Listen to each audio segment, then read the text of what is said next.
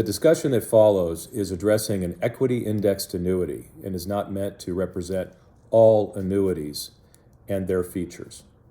This is a topic that, well, I both love to talk about and I hate that I have to talk about it because annuities are so complex, they're so difficult to understand, and in most cases, they're just simply unwarranted. Yeah, that's my opinion, but I'm going to show you how bad these are and how little the disclosures are, how much we pretend that you get to have market returns with no risk, and it's all about being safe, guaranteed. How many times can we hear that in a sales pitch? I don't know of one single professional in my industry, a professional, meaning a certified financial planner, meaning somebody that's actually acts as a fiduciary in how they work with people. That's a big word for you're also legally bound, not just morally bound, by the idea you have to have full disclosure. You have to do what's right for the client only. You would think we all would operate that way, but that's not how the world is. But I know of not one that ever uses these products. Not one. For most people, that would be enough. Or the idea that if we moved a tiny percentage of our client money to this, because it has 10% commissions, let's just use a number, 20%, that we put it in here, we never would have to work again, and we would have a $20 million payday. Not bad. Not a bad payday. But we won't do it. We don't do any of it. Again, for most people, that's enough. But I want to get in the weeds a little bit here. It's complicated. I hope I don't lose you. Go back and review, and we'll do our best to keep this to a short explanation that you can refer back to. These products are horrible, in my opinion. Very high commission, up to 10% plus. They may even throw a bonus in there, which makes the surrender charges even worse. Ties you in for longer periods of time. You can be tied in for 10 years or more in these products, where you could own a product like this for 5 years. And if you finally decide, I've had enough, I don't like this, I want out, you'll get back less than you put in. Not because of market performance at all, simply because the surrender charges are so high. Once you're in, like the Hotel California, you can't leave. You cannot leave. It's that bad. These are beyond horror, and the lack of disclosures is very frustrating to all of us in this industry, all the professionals. It's a license to not fully disclose. I'm being kind. But let's just take a look at a couple of them just to give you an example, because I do want to dive in and give you some real life examples of how they work, or actually don't work. Why they don't work. We can drive that into the weeds, but I don't want to do that. I want to just simply say, this doesn't work. It's pretty easy and straightforward, but I want to give you a couple of examples of why it can't work and why it is a great lie to say you get market participation, because they have these things called caps. And what that means is that when the market goes up, you're capped at a certain level. Those caps now are right about 2%. 2. So the market goes up 10, let's say, which is the long-term average of the market, you get 2. Market goes up 20%, you get 2. Now, if the market goes down 10%, you get 0. So by definition, over a reasonable period of time, say 10 years, because we don't want to pay a surrender charge or more, then you will have some years where you lose and it will be 0, which is great. Not losing in a down market, nice. But you have to participate in the upside. So by definition, your rate of return would be less than 2. Less than 2, and your money's tied up. Well, the money that the salesman got is not tied up for them because they walked away with 10%. The other great lie is that there are no fees. That somehow the insurance company, just out of the goodness of their heart, doesn't really want to make a profit on the product, so they don't price it accordingly, right? Well, of course they're going to make a profit, and they're going to be guaranteed to make a profit after they've paid 10%, plus probably an additional 2 to 5% in marketing costs, which ultimately, of course, comes out of your pocket. All right, back to this. Let's go. Back to the exact examples of a couple of different products. Take a look at this chart. So we can see where this particular annuitant, a client of ours, put in $25,000 back into one of these back in 2016. So we took the data and looked at it, and we see that it is now worth today from $25,000. Are you ready? Drum roll, please. It's worth all of just over $27,000. That's it. Inflation, by the way, is just barely under $27,000 if you grew at the rate of inflation. In other words, the annuity, and certainly after taxes, did not even beat inflation. Didn't even beat inflation. But it participated, according to all their sales literature, in the upmarket, which you can see the top line here, which is the S&P 500, grew to over $53,000. 53. So how in the world do we have almost 2 times the amount of money when we are supposedly having market participation? It's simply not true. And I know what you're thinking. How is it they can get away with saying that? I mean, isn't there some kind of law that makes them tell the truth? Disclose what the truth is? Yeah, I wish there was, but there's not.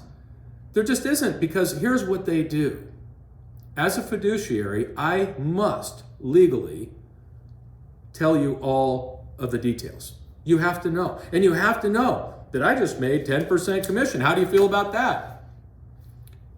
We have to do that, or we will lose our Certified Financial Planner status.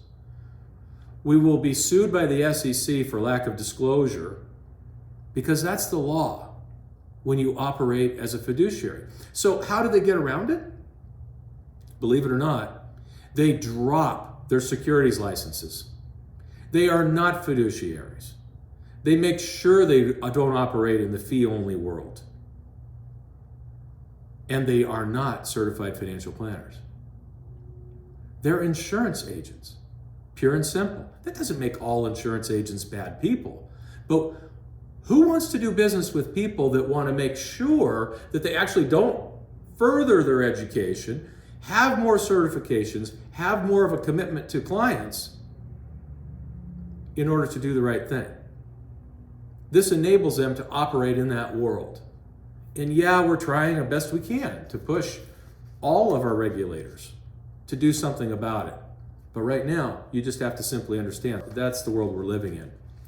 You know, this next chart just simply shows the surrender charges. Again, these are existing contracts that we've bumped into over the years. The list goes on. We're not cherry picking any one company. We haven't picked the worst ones out there. To a degree, they all operate like this. And as you can see on this chart, the $25,000, the 10%, 10%, 10%, 10%, all the way. You just can't get out. You simply can't get out. It'd be 7-8 years before you would actually even get a return of your capital, no matter what the market did. Because remember, it's capped. And you'll see on this next chart what those caps really do. Let's say it's a 2% cap. And we run that straight across, and you'll see what the S&P 500 did during that period. So let's just take a look at the last 10 years, and you can see what happens when you get that 20% or 30%. You don't lose when the market goes down. But let's take a look at the overall returns, and they are eye-popping. And let's remember, we've been through a pandemic. And just for fun, we did take it back just a little further than 10 years. You know why? Because we wanted to pick the worst period possible for the S&P 500. We wanted to start in 2007 because we all know what happened in 2008. This isn't an experiment in cherry picking bad times for annuities. This is an experiment, or if you will, proof of what happens when markets are left alone. In other words, you don't panic out, and we put it in at the worst time compared to these horrifying products that cap everything but pretend to give you something you don't have, which is market participation with no risk. Not true. And on top of that, these insurance companies can and occasionally do go out of business, which means there is no guarantee after all. There's many, many other ways to do this. And again, I just want to reiterate, in looking at these other ones, we have multiple ones here. I don't want to bore or bog down on this. I'm trying to keep this simple and easy and help you understand. Between caps and also limiting your investment choices into something, maybe a global allocation fund or some fancy name like that. Global allocation. Doesn't it sound sophisticated and smart? I think it does. And what it really means is that they take the caps off, or they have a higher cap.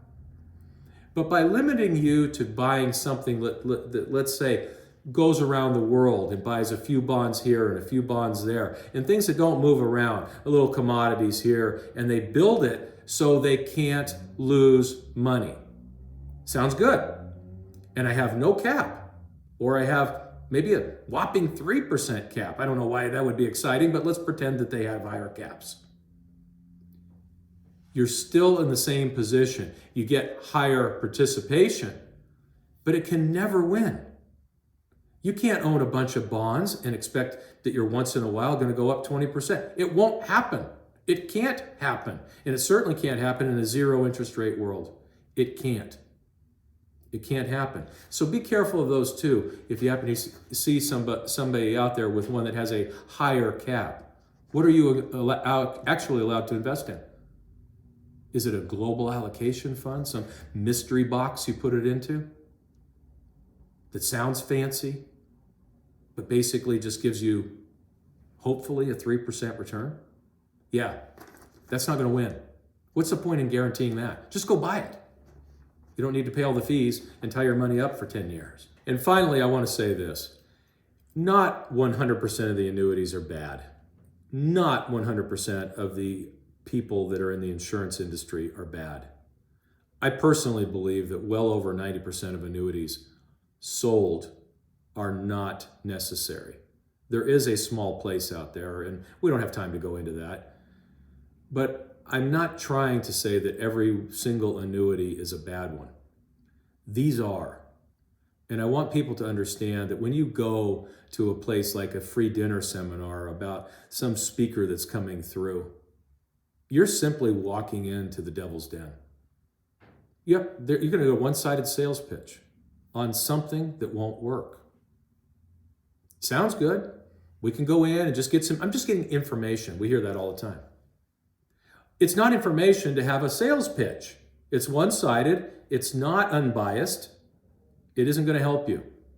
And this is very much a buyer beware world in this world. You don't have recourse. Not yet. We don't have it. So please be careful and understand what it is you're buying. Ask questions, no matter who it is that's suggesting you do it. They're not all bad, but most are. Stay away from the dinner seminars. Throw them away. It's not information. It's not. Be careful out there and watch your parents, grandparents. These are the folks they prey on, and I mean it. Sophisticated buyers never own these and never will. Thanks for spending time with us.